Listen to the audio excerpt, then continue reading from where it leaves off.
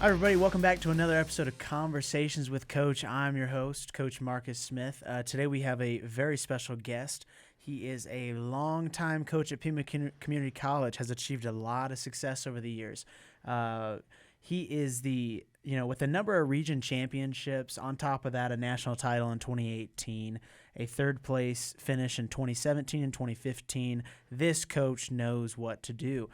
He knows how to coach his team, and he knows how to get the best out of his players. So without further ado, Coach Dave Cosgrove. He is the head men's soccer coach. How are you doing today? I'm doing good. I'm excited about an opportunity to talk about Pima College and Pima College Athletics. Absolutely. We're excited to have you. If there's one coach, when I got here and I got hired and they said you have to talk to because he's seen and been through everything, it's you. I'm not sure if that's a compliment or just a tribute to how long I've been here. I think it is are we on 23 years at Pima? Yeah, I didn't assume when I stepped on campus in the late 1990s this would become a career, but it's actually blown by, and I can't believe it is 23 years. Woo! 23 years at anything is a long time. Yeah.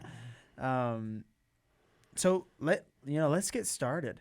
I think the first question, based on we talking about your 23 years here, and you've achieved a lot of success at this school. What is your secret to success? How have you managed to achieve this much success at Pima? Well, I think it's multifaceted. It starts with our administration and the support we get for the program. I go all the way back to when I first started, and we had people like Hoyt Keeney involved, and then it's transitioned throughout the years, Edgar Soto, Jim Monaco. These are guys who have really stood up for the athletic program and, quite honestly, made my job easier. The other thing that I think goes unsaid is Tucson is a really good soccer city. And It's under-recruited by everybody in the country. So I'm getting Division I athletes here in Tucson all the time. And it's just they kind of fall in my lap sometimes. And others I've been working with for 5 or 10 years and developing a relationship. So it's been a really good situation where we could develop young players, bring them along, and I love the fact that the backbone of our program for 23 years is Southern Arizona soccer players. That's awesome. You talk about Tucson. How much of your roster is made up of Tucson native kids? So over the years, it's probably been about 90%. Over the last decade, probably 3/4. Again, it depends on. Every year, the classes coming out of the high schools might change a little bit, but generally speaking, 2/3 to 3/4 of the roster is Southern Arizona, and then I would say probably 80% to 90% are Arizona kids overall. Okay. Do you do a whole lot of recruiting internationally? We do a little bit. We're very selective. We typically bring in 3 or 4 kids every year. We get, and I'm sure you get the same thing. We probably get, 300-400 emails a year for international students. But we've developed a good relationship with certain people across the world that recommend our program and that we trust in terms of their talent evaluation. So it's a little bit easier now than it was maybe a decade ago. Okay. Yeah, I think that's funny that you said that, because for any of our listeners, there's nothing like getting an international recruit's email from whether it's their coach, their the service that they go through. You get them all the time. In 2018, you won a national championship, and of course we've got to talk about that because that's a national title. Those are hard to come by. And I'm sure you've done plenty of interviews that we could look back at, says how you feel about it, had that happen. But we're just gonna go into it. How does that championship from 2018 does that still have any momentum right now? Like, do your players think it was so short? It was a couple years ago. We can do it again. So it was a long time coming.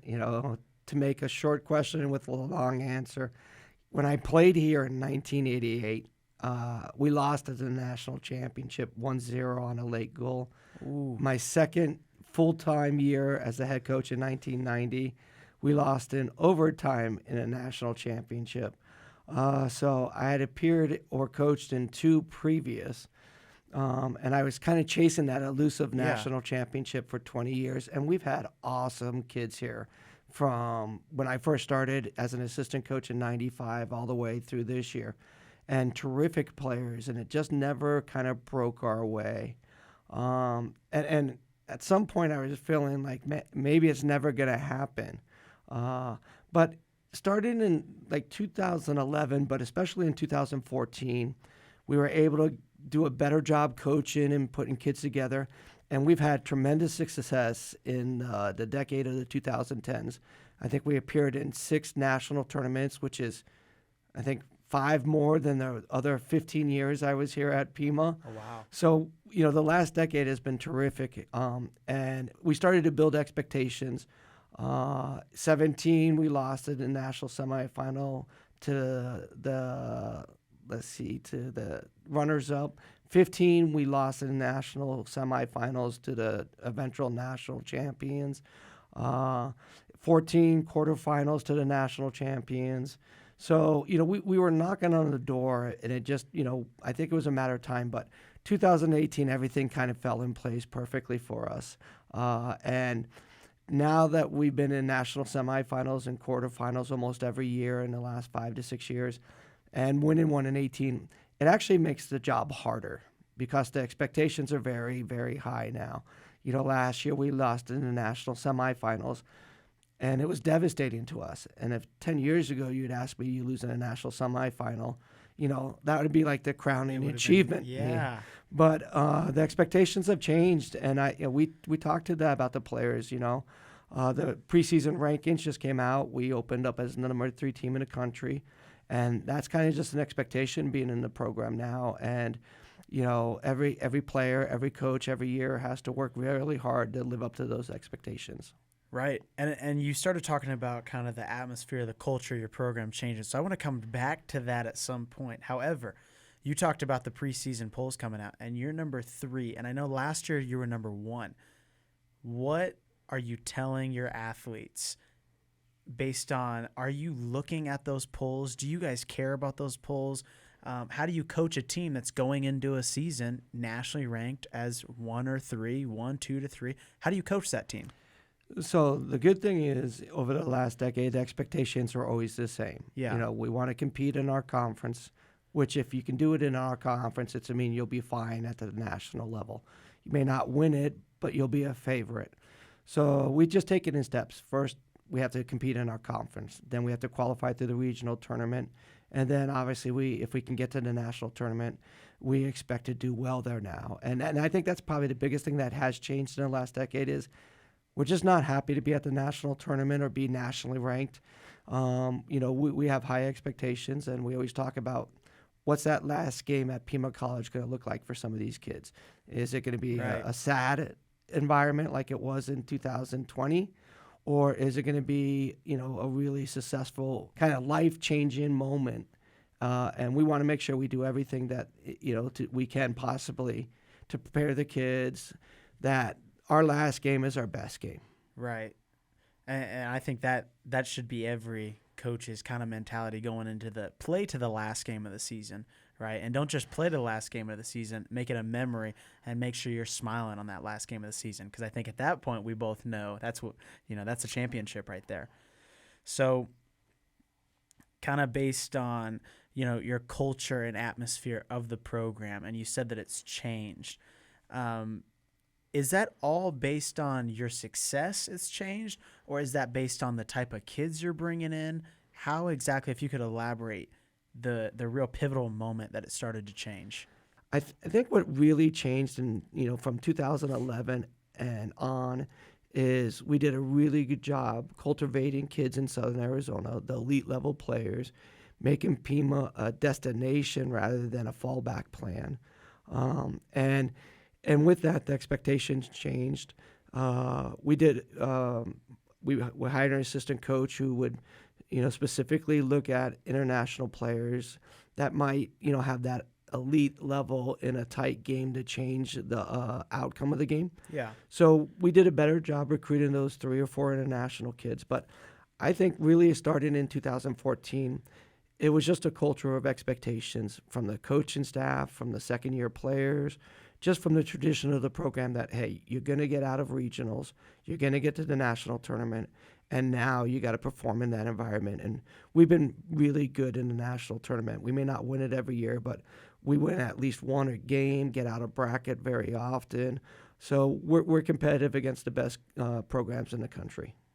And sometimes I think that's, that's the same case for golf. Is in our region, we had the top 4 teams in the country, and we played against them every week. So when we went to our national tournament, because we're Division II and they were all Division I, or vice versa, we're Division I, they're Division II, it was like, well, we've already played the best in the country. And I assume that's the same for you guys with how our region is. It is, and I think that's a common, theme for all our athletic programs. I don't know, though, that people in Tucson recognize or know how good the junior college conference in Arizona is. So any one of our programs has to, in order to compete in our conference, has to be able to compete at the national level, because the champion of our conference typically is one of the best 3 or 4 teams in the country. You've been at Pima for so long. What has it been like to watch the college change, to watch athletics change, and to also change the culture of Tucson soccer? Again, when I do these interviews, I forget sometimes how long it has been, because it seems really short. It's gone by fast. I have a lot of great relationships with players I started with in, 97, 98. Yeah. And I can kind of go back and almost remember every year, and it doesn't seem like it's 20, 23 years, but it is. Some ways Tucson's great because it hasn't changed that much, and Pima's kind of the same way. It's reliable, it's consistent. But in other areas, it's exciting to see where Pima's going, the athletic program's going, the things we're doing that are new. The coaching staff that we have now, especially, I think over the years, Pima's been very aggressive about pursuing the best coaches in all those sports. And I think almost every one of our programs now compete on the conference level, which really translates they can compete at the national level. Right. So, the enthusiasm within the athletic department, the support from all the way from the chancellor all the way down now, I think for the athletic program is very good. But I'll tell you, maybe the most exciting part I see is the demands and expectations of the student athletes as students. And, I was privileged to get some information the other day that, our athletic department, our GPA is significantly higher than just a general student at Pima College. Wow. And I think it was as much as like maybe 0.5, so if the general student gets a 2.6, the general student athlete at Pima gets a 3.1. And, I guess maybe the biggest change I've seen in the athletic department is, the support staff. So, from our counseling department to our tutoring to our ability to help kids with financial aid. The athletic training program is top notch. I always say it's one of the top 3 athletic training programs in the country. So all that support staff, I think, has really come a long way.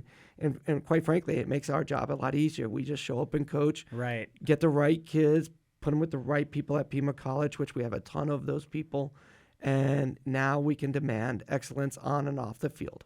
Right. I got to agree with you on that. My job, I love our job because we get to come in here. We have support specialists. We have counselors that help our kids out. And when we need help, we go to them and we go, how do we get this kid with this class? How do we put this kid in the right situation? And they help us, and by helping us, we help our kids. So I think our department is great in that regards. When it comes to, you've obviously coached great teams. How are you personally as the coach? One, how are you getting the best out of your players? What tactics are you using? What are you on the sidelines? And I've watched a couple of your games last year, and one, very demanding, but also the players will run through a brick wall for you, and you can clearly see that. How are you getting them to achieve their best? Well, I appreciate that. Sometimes I feel like I fall short, and, constantly striving to get better. But I think again, it's about culture for me, and we've been really blessed to have terrific assistant coaches throughout my career here. Yeah. I go back to a very influential coach I had in the early 2000s, Jeff Rogers, who was a former professional player, and he was super intense and super demanding, and he could go demonstrate because he was so good what he wanted players to do. And he kind of set the standard for what was acceptable in terms of practice, what was the kind of the acceptable effort level in games. And that's something I remember even 20 years later, and we try to hold that standard.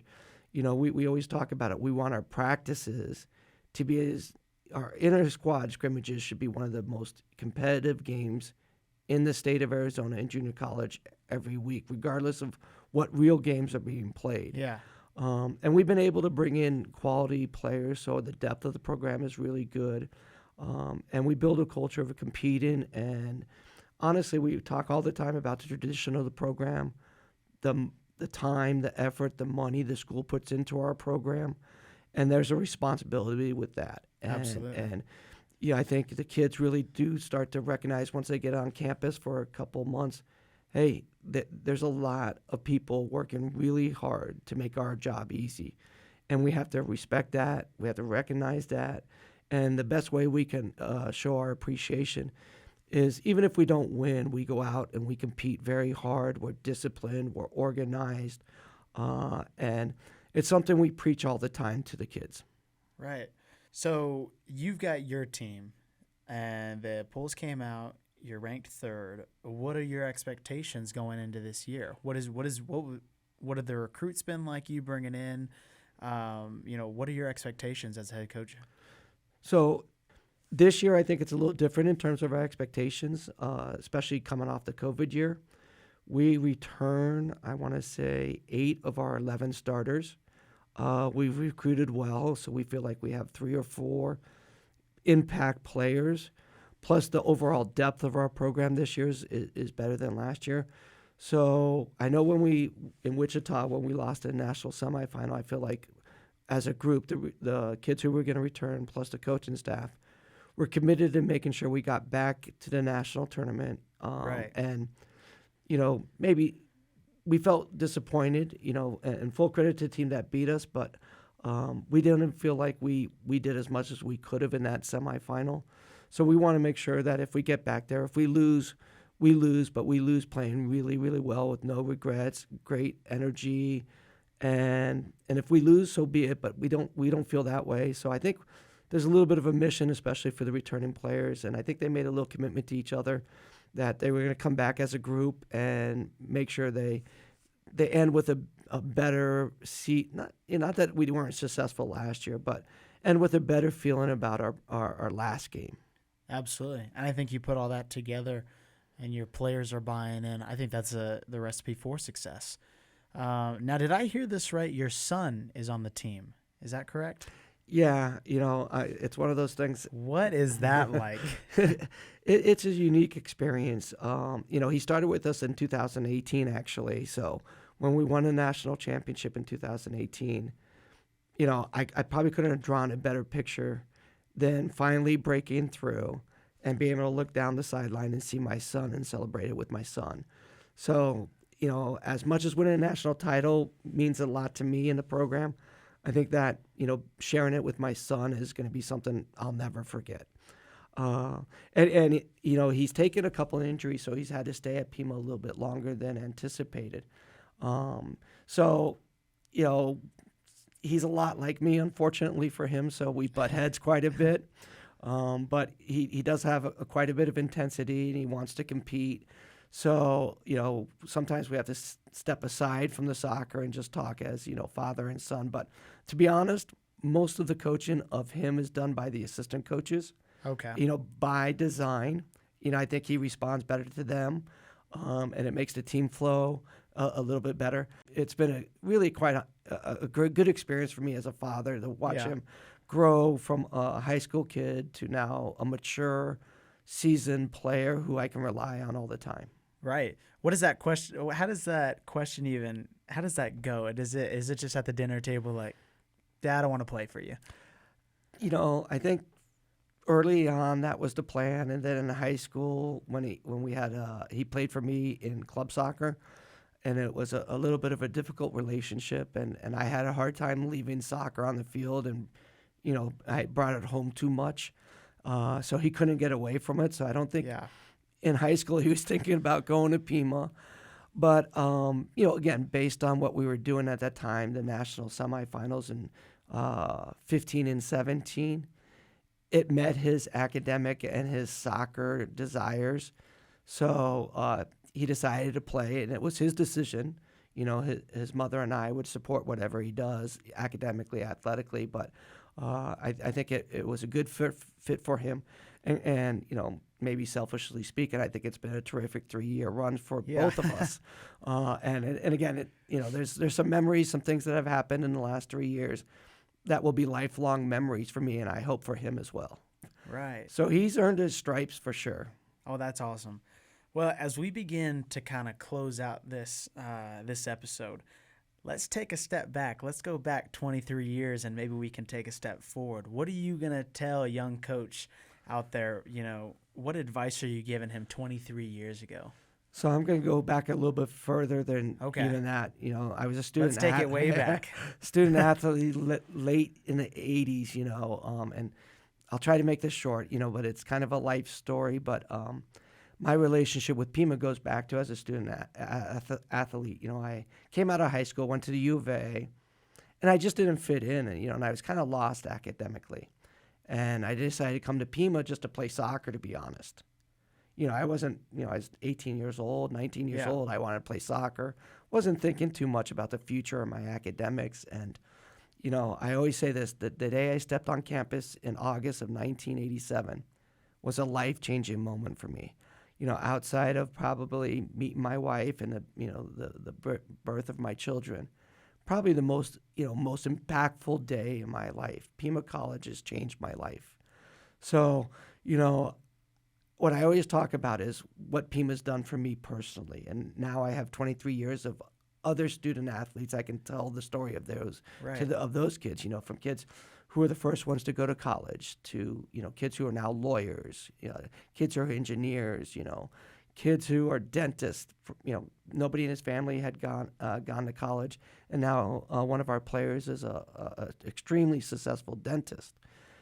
So how Pima changes the lives of the players, but how it changes the lives of the coaches. So I guess if I was going to give my advice to a young coach, embrace Pima. It's a gem. It's a Tucson gem, and I don't think people recognize it.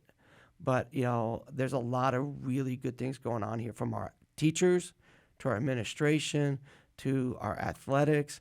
There's a lot of great people, and if you just follow the lead and model that behavior to your student athletes, you might end up here 20 years later. Right. And I always say it, I got the best job in Tucson. I really think I do. I get to coach soccer at a high level in a college that I have almost a 40-year relationship with. And I couldn't be happier or prouder to be part of Pima College. Yeah, that's incredible. Pima won. If you latch on to Pima and you let Pima work for you, it'll do wonders. Let's get out of here after that one. Coach, it's been great to have you. We all wish your men the best of luck this season. We hope you go out and win another national title. And in the meantime and all times, thanks for listening.